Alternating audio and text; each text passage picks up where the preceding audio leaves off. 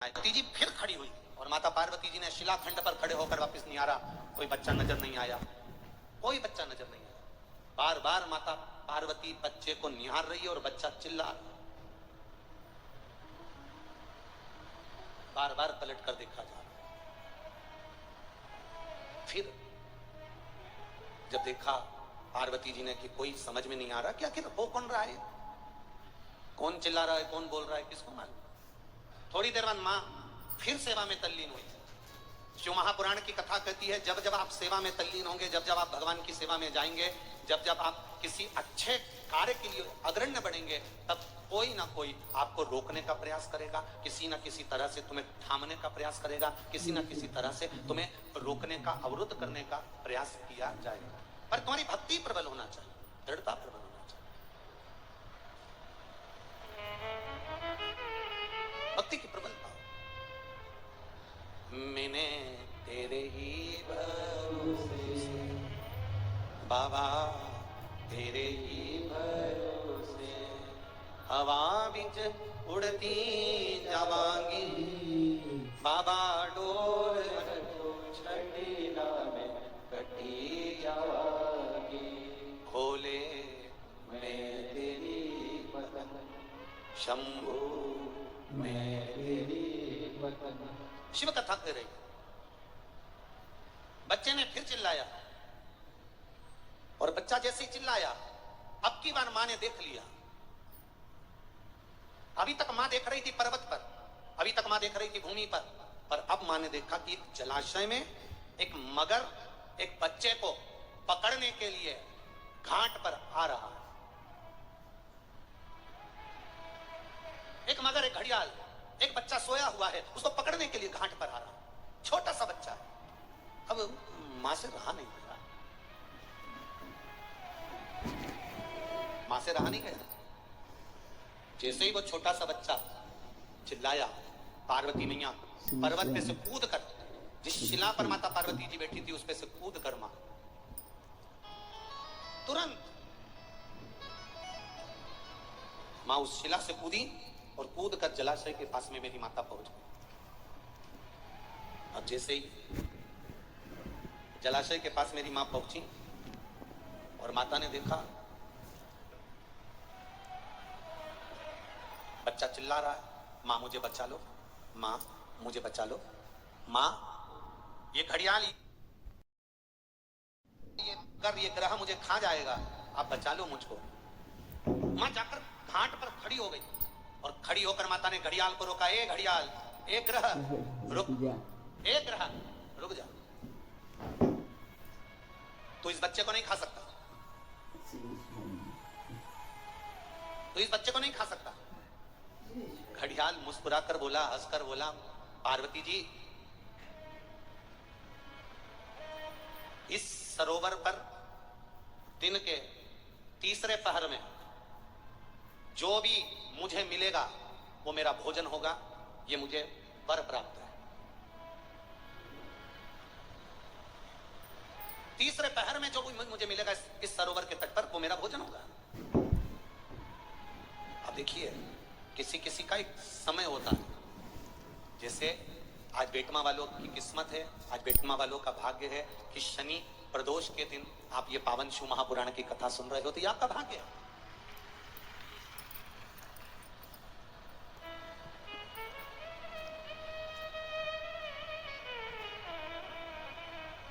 ये आपका भाग्य, ये आपका सौभाग्य है। कुछ किस्मत में लिखा होता है, कुछ भाग्य में लिखा होता है।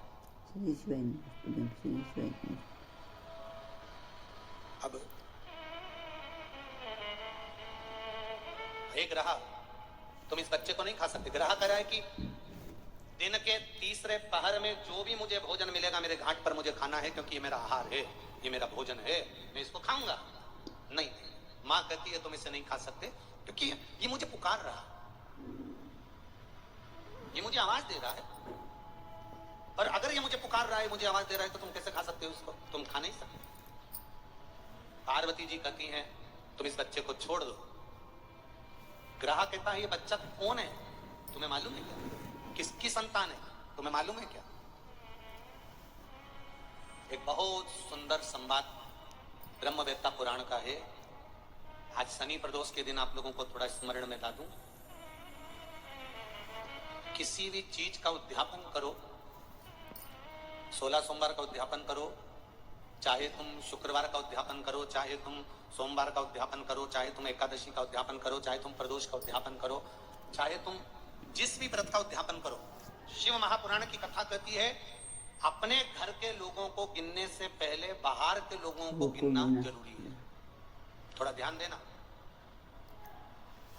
और आप लोग क्या करते हो? उद्यापन में सबसे पहले अपनी जेठानी को गिन लिया, इसको गिन लिया, उसको गिन लिया, उसको गिन लिया। और शिव महापुराण की कथा कहती है जेठानी तो तुम्हारे यहाँ का भोजन करेगी क्योंकि रिश्तेदार है, ननन तुम्हारे यहाँ का भोजन करेगी क्योंकि रिश्तेदार है, तुम्हारी देवरानी भोजन करेगी क्योंकि रिश्तेदार है, तुम्हारी चाची सास भोजन करेगी क्योंकि रिश्तेदार है, तुम्हारी काकी सास भोजन करेगी क्योंकि रिश्तेदार है। जब हम उद्यापन में दूसरे को गिनते हैं और उसको कोई सामान देते हैं, उसकी कोई सामग्री, कोई सुहाग की पिटारी, कोई सामग्री हमने उसको उद्यापन में दी, तो वो हमारा दान कहलाता है। हमने अपने परिवार वाले को भोजन कराकर अपने उद्यापन में गिन दिया और अपने परिवार वालों को दे दिया। इसको देना नहीं कहते, इसको दान नहीं कहते, इसका पुण्य आधा हो जाता। इसके पुण्य की परिभाषा यहां नहीं कहा जाता। अब और सरल भाषा में समझ लीजिए।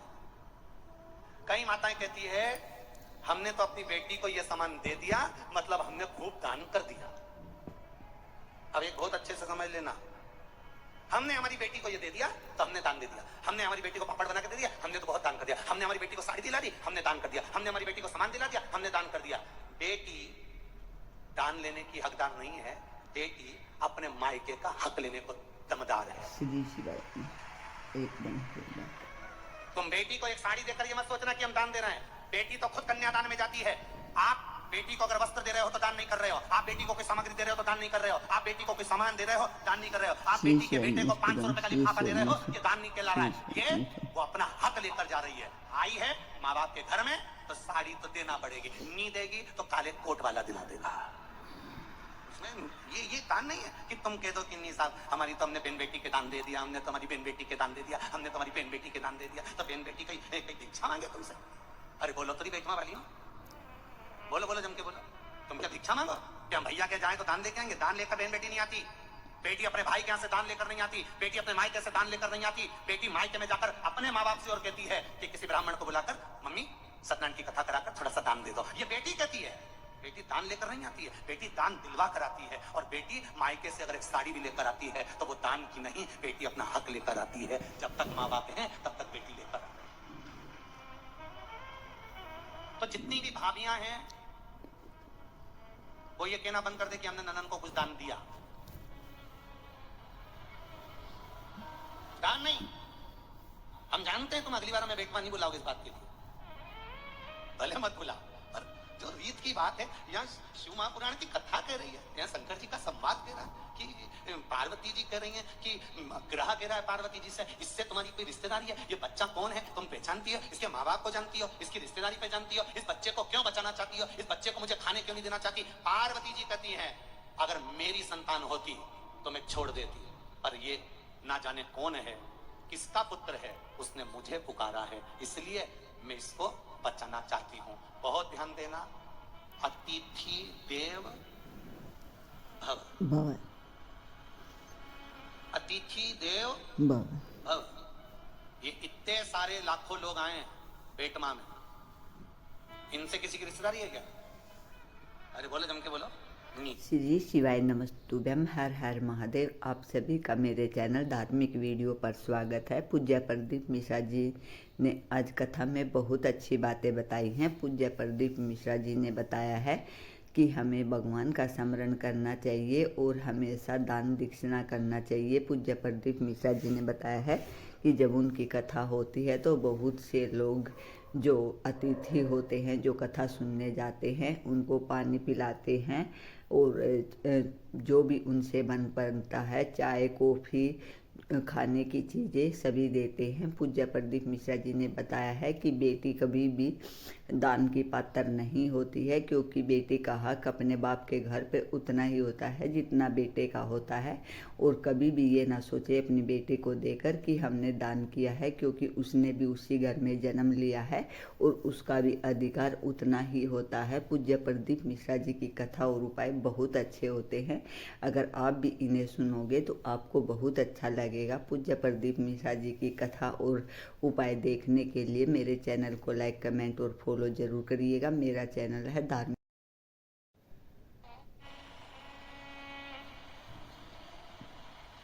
ये दूसरा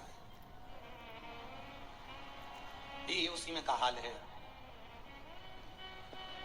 एक महिला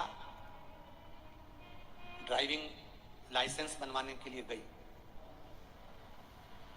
गाड़ी चलाना सीख गई और ड्राइविंग लाइसेंस बनवाने गई। तो जो मैनेजर था, ऑफिसर था, उसने महिला से पूछा, एक तरफ तुम्हारा भाई है, एक तरफ तुम्हारा पड़ोसी है, इधर पड़ोसी, तुम किसको मारोगी? महिला तुरंत बोल दी, पड़ोसी। मैनेजर ने कहा, ऑफिसर ने कहा, मैं 3 साल से तुम्हारा ड्राइविंग लाइसेंस बनवाने का प्रयास कर रहा हूँ, 3 साल से समझा रहा हूँ कि इधर पड़ोसी है, इधर भाई है, और तुम्हें अगर मारना है तो किसको मारोगी? तुमसे 3 साल से कह रहा हूँ कि ब्रेक मारूंगी, ऐसा बोल तू, जब पड़ोसी को मारूंगी बोलती। मैं तो खाऊंगी, व्यक्ति का मैं तो खाऊंगी उद्धार तो इसीलिए नहीं हो पा रहा क्योंकि वो दूसरों को देख देख के चले जा रहा है। ना वेस्ट क्यों होंगी, बनानी तो है। पड़ोसी के यहाँ ट्रैक्टर आ गया दूसरे नंबर का, तो मैं पानी खा रोटी लूंगी। खाना छोड़ दी। ये उसी में कहा है, जैसे एक बुढ़िया के सामने से कपास की गाड़ी निकल कर गई, ढेर कपास पड़ा और कपास की गाड़ी निकल कर जा।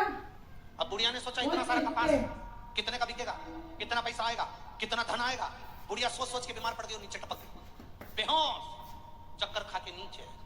घर के लोग आए, उसको उठा के अंदर ले गए, सबने पानी का छींटा दिया, उठ ही नहीं रही। सब चिल्लाने लगे, रोने लगे, मुंह में धाड़ धाड़ के रोने लगे, बेटे रोने लगे। डॉक्टर ने भी आकर देखा तो उसकी तो सांस नहीं चल रही। सब रो रहे हैं, सब चिल्ला रहे हैं। सामने वाली अम्मा को मालूम पड़ा, जो इसके पास में बैठती थी, उसने आते से पूछा, क्या हुआ? बस बैठी थी अम्मा बाहर ओटले पर, दरवाजे पर, सामने से कपास की गाड़ी निकल कर गई और अम्मा बस थोड़ी देर बाद चक्कर खा के गिर गई। इतने में सामने वाली आंटी ने कहा, सामने वाली अम्मा बोली, तुम चिंता मत करो, अभी उठ के बैठती है, मैं अपनी सहेली को अच्छे से जानती हूँ, तुम रुको, तुम सब ऐसी कैसी रोना, मैं अभी बाहर जाती हूँ, अभी आऊंगी। और जैसे वो अम्मा बाहर गई और आते सी दौड़कर बोली, जी जी, जो तेरे सामने से कपास की गाड़ी गई थी ना, उसमें आग लग गई। जी उठ के बैठ गई तुरंत, एकदम तैयार, और तुरंत पल्लू लेके बोली, सही में? डॉक्टर भी आश्चर्य में पड़ गया, इसको कौन सी दवाई दी? कुछ नहीं, दूसरे को देख देख के जले जा रही, चले जा रही, चले जा रही, चले जा रही। 4 व्हीलर गाड़ी कैसे आ गई, बंगला कैसे बन गया, इतनी जोरदार जमीन में फसल कैसे आ गई, बहू इतनी अच्छी कैसे आ गई।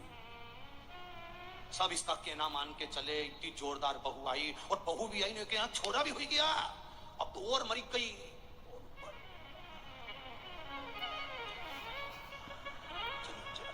श्री शिवाय नमस्तुभ्यम, हर हर महादेव। पूज्य प्रदीप मिश्रा जी की कथा से हमें शिक्षा मिलती है कि हमें कभी भी दूसरों को देखकर जलन नहीं करनी चाहिए कि उसके घर में इतना पैसा है और हमारे घर में नहीं है।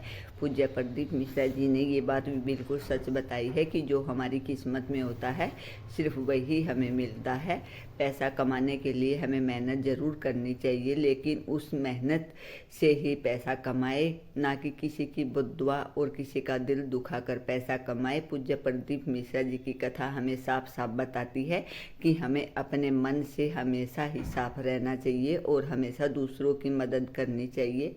किसी गरीब की मदद हम करते हैं तो वो हमें लाख दुआएं देता है, और भगवान की भक्ति करते हैं तो भगवान हमारी सभी परेशानियां अपने ऊपर ले लेते हैं।